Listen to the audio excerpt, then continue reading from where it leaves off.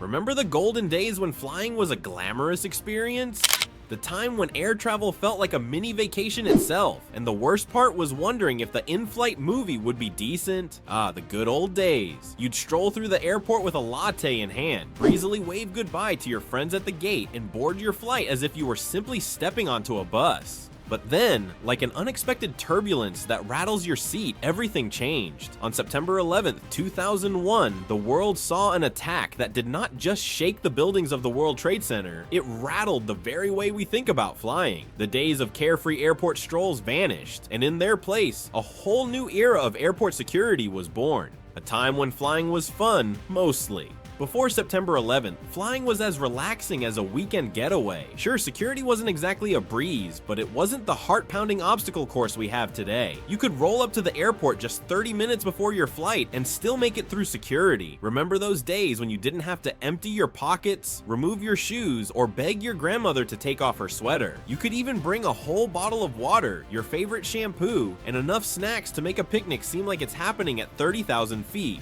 Even the airlines were a bit more relaxed. No one was overly concerned about whether your carry-on could fit under the seat. After all, that was part of the thrill. Flight attendants were charming, meals were served on actual plates, and the in-flight entertainment didn't make you want to gouge your eyes out. And if you were lucky enough to have an aisle seat, it was like being the VIP of your own little airbound world. But then came the events of September 11th, and suddenly everything that once felt normal became a distant memory. With those horrific events, the entire notion of flying was changed, forever altering not only the way we travel, but how we view security and safety in the air. The day the skies were forever altered. September 11th, 2001 was a day of devastating loss and unspeakable tragedy. The hijackings, the attacks on the World Trade Center, the Pentagon, and the crash in Pennsylvania sent shockwaves through not just the US, but the entire world. For aviation, it was a wake-up call, one that exposed critical security flaws within the system. Terrorists had exploited the relatively lax security measures at the time, highlighting the vulnerabilities of the air travel system. Before September 11th, security was more about preventing petty crimes like smuggling or pickpocketing rather than preventing hijackings or other threats of terrorism. But after the attacks, it was clear that the way we approached airport security needed a massive overhaul. So a new chapter in aviation security began, one that would make long lines, constant pat-downs, and endless rules part of the new normal.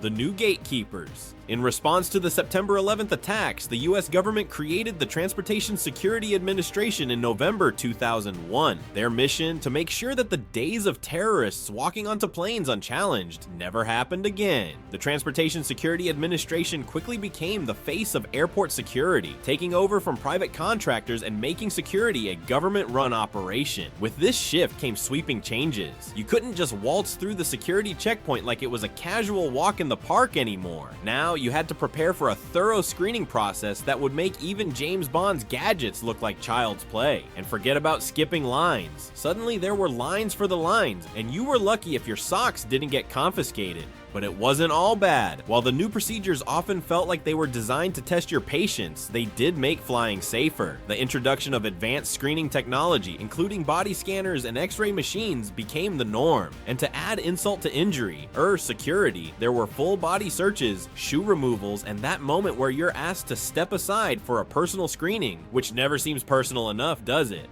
Reinforced cockpits and armed pilots. One of the more interesting changes post-September 11th was the increased security in the cockpit. Remember how pilots used to walk down the aisle like they were part of the in-flight crew, casually strolling by?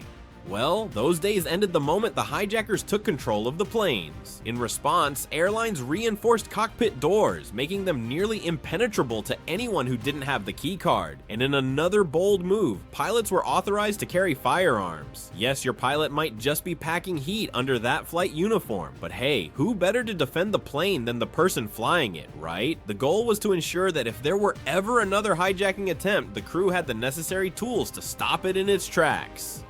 The 311 rule.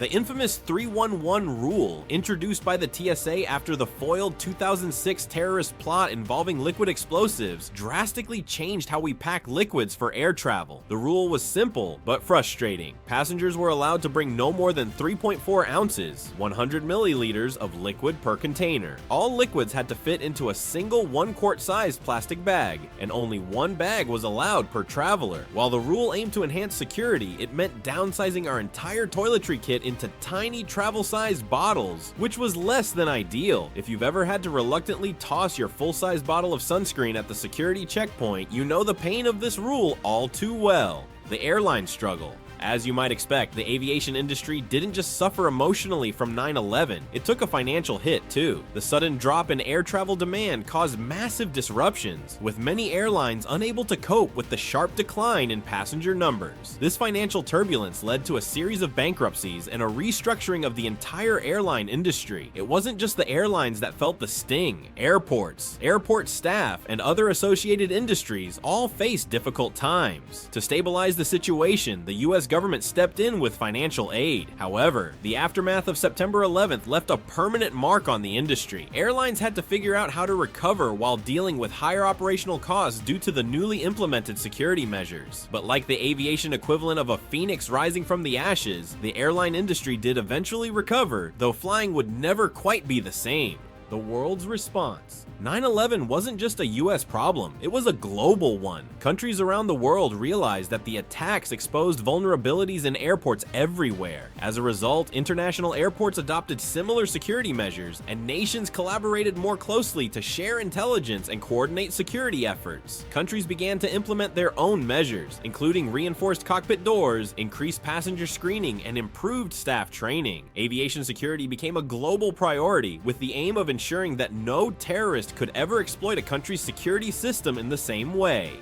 Behavioral screening. Are you nervous? Along with the technological advances in airport security, airports began focusing more on the human element, observing people. Security officers were trained to look for signs of unusual behavior, things like nervousness, suspicious movements, and even body language that might indicate a potential threat. This behavioral screening system became an important part of the modern airport security process. However, the rise of this technique sparked concerns about racial profiling and privacy violations. After all, how do you objectively assess who might be a threat based on behavior alone? The line between ensuring safety and invading privacy became a hotly debated issue. And that's a wrap on our deep dive into how 9/11 forever changed aviation. If you've enjoyed this flight of facts, don't forget to hit that like and make sure to subscribe. Thanks for flying with us today. Until next time, keep your seatbelt fastened and your liquids under 3.4 ounces. Safe travels.